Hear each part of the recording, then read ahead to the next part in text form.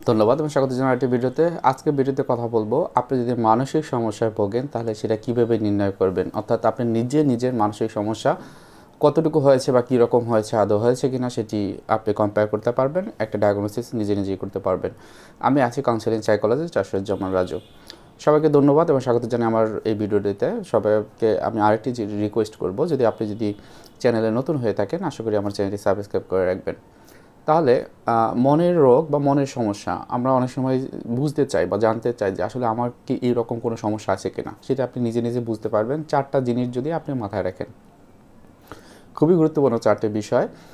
যেমন প্রথমটি হলো আমাদের সাইকোলজিক্যাল বিষয়, একটা হলো ফিজিক্যাল বিষয়, একটা হলো আমরা সোশ্যাল বিষয়, আর একটা হচ্ছে যে আমার রিলিজিয়াস বা স্পিরিচুয়াল যে বিষয়। তাহলে প্রথমে যে বিষয়টি আসে খুবই গুরুত্বপূর্ণ, সেটা হলো সাইকোলজিক্যাল যে ব্যাপারটি।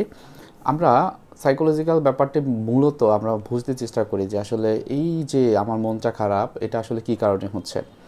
আপনার মনটা খারাপ বলতে কী ধরনের মনটা খারাপ, কী রকম মনটা খারাপ। এখন সাইকোলজিক্যাল ডিসঅর্ডার বা মানসিক রোগ বলতে গেলে এর আলাদা কিছু ডোমেইন থাকে, কিছু সিমটম থাকে, কিছু ডিউরেশন থাকে।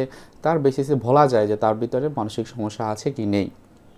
সুতরাং ওই জিনিসটা কিন্তু একটু কঠিন হয়ে যায় আপনাদের জন্য, কেননা আমরা যারা ডায়াগনোসিস করি তারা আমরা DSM-5 বড় একটা বই, মোটা একটা বই আমরা ফলো করি, বা অনেক ক্ষেত্রে আমরা ICD-10 ব্যবহার করি।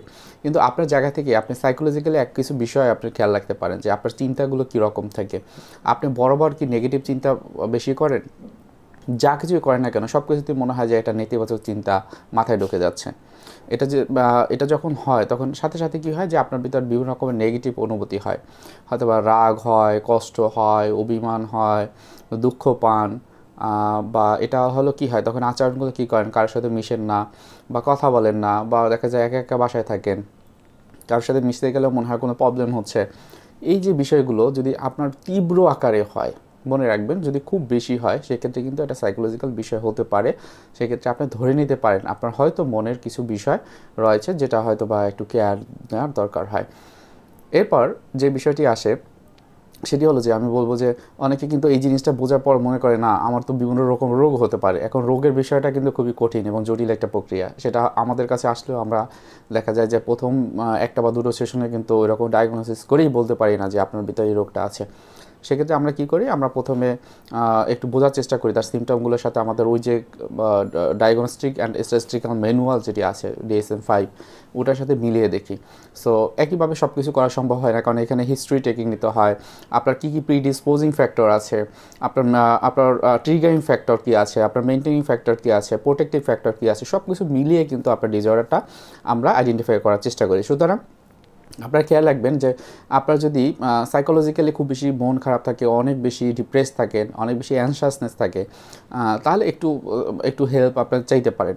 কিন্তু খুব বেশি হয় আমরা জানি যে OCD, PTSD, তারপর হলো বাইপোলার মুড ডিসঅর্ডার বা সিজোফ্রেনিয়া, এই যে রোগগুলো এটা কিন্তু একটু সিভিয়ার কন্ডিশন। তো অনেকের ক্ষেত্রে এটা কিন্তু বুঝতে পারে যে অনেকে পার্সোনালিটি প্রবলেম হয়, সেটা আপনারা বুঝতে পারবেন। পার্সোনালিটি প্রবলেমের ক্ষেত্রে বিভিন্ন রকমের রয়েছে, যদি এগুলো বলে একটু কঠিন হয়ে যাবে, কিন্তু ওইটা না। আপনি সাইকোলজিক্যাল বিষয়টি মূলত দেখবেন যে আপনি সাইকোলজিক্যালি কী রকম আছেন। আমি যে কথাগুলো বললাম, নেতিবাচক চিন্তা হয় কি না, নেতিবাচক যে চিন্তার ফলে আপনার বিভিন্ন রকমের নেতিবাচক যে অনুভূতি সেগুলো কাজ করে কি না, এবং আচরণগুলো কী করেন। আপনি রেগে যান, আপনি কি মারধর করেন, নাকি আপনি আসলে নিজেই অনেক কিছু কন্ট্রোল করতে পারেন, এর মাধ্যমে কিন্তু বুঝতে পারবেন সাইকোলজিক্যাল বিষয়টা আপনি কেমন আছেন। তারপর আসে ফিজিক্যাল যে বিষয়টি বা ফিজিক্যাল ফ্যাক্টর। অনেক ক্ষেত্রে আমাদের সাইকোলজিক্যাল বিষয়গুলো আমাদের শরীরের উপরে কিন্তু এফেক্ট ফেলে। কীরকম?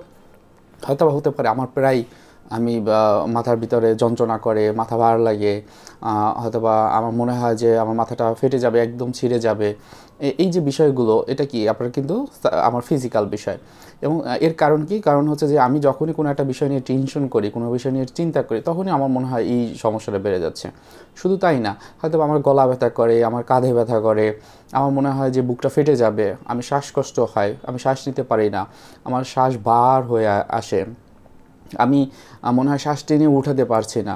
আবার অনেকে পেটে গোলযোগ হয়, বিভিন্ন রকম সমস্যা হয়।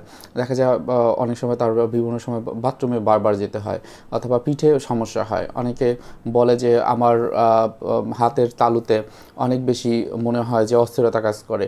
এই যে বিষয়গুলো, এগুলো কিন্তু আপনার ফিজিক্যাল ব্যাটার হলেও কোনো না কোনোভাবে এটা কিন্তু দেখা যায় যে সাইকোলজিক্যাল, আপনি হয়তো বা অ্যাংজাইটিতে থাকেন, অথবা অন্যান্য যে রোগগুলো আছে অ্যাংজাইটি বেসড, অথবা প্যানিক অ্যাটাক, হ্যাঁ, তার কারণে আপনার ক্ষেত্রে কিন্তু এটা হতে পারে। এরপর যেটি হয় সেটি হলো যে আপনার হচ্ছে যে সোশ্যাল ফ্যাক্টরটা কি, আপনি সমাজে মানুষের সাথে চলতে গেলে আগে যেরকম মিশতে পারতেন সেরকম পারেন না, হয়তো আপনার ভয় কাজ করে, বা আপনার ভিতরে অ্যাংজাইটি হয় যে অন্যের সাথে কথা বলতে গেলে। এই যে বিষয়টি, এটি কিন্তু আপনার এফেক্ট ফেলতে পারে। তারপর সর্বশেষ যে বিষয়টি, সেটি হলো রিলিজিয়াস ফ্যাক্টর বা ধর্মীয় ব্যাপার। হয়তো একটা সময় আপনি ধর্মীয় কাজগুলো খুব সুন্দরভাবে করতে পারতেন, সবার সাথে মিশতে পারতেন, এবং একত্রে নামাজ পড়তে পারতেন, বা কোনো একটা বিষয়ে একত্রে সব কিছু করতে পারতেন, কিন্তু এখন করা যাচ্ছে না। এর কারণ হচ্ছে যে আপনি ওই যে সাইকোলজিক্যালি ভালো নেই। সুতরাং এটিও খুব অ্যাসেসমেন্টের জায়গা। যদি এরকম কোনো বিষয় হয় তাহলে ধরে নেবেন হয়তো আপনার মনের রোগ বা মানসিক রোগের কিছু সিমটম থাকতে পারে। সেক্ষেত্রে অবশ্যই একজন প্রফেশনাল হেল্প নিতে পারেন, বা নিজে নিজে চেষ্টা করে যে প্রবলেমগুলো, সেই প্রবলেমগুলো একটু সমাধান করার চেষ্টা করতে পারেন, সেলফ কেয়ারের জায়গাটা তৈরি করতে পারেন। তো সবার জন্য শুভকামনা জানাই। কারো কোনো প্রশ্ন থাকলে অবশ্যই ভিডিও কমেন্টে জানাবেন, এবং আপনি নতুন হলে আমি আশাই রাখি যে আপনি আমার ভিডিওটি সাবস্ক্রাইব করে রাখবেন। সবার জন্য শুভকামনা। আসসালামু আলাইকুম।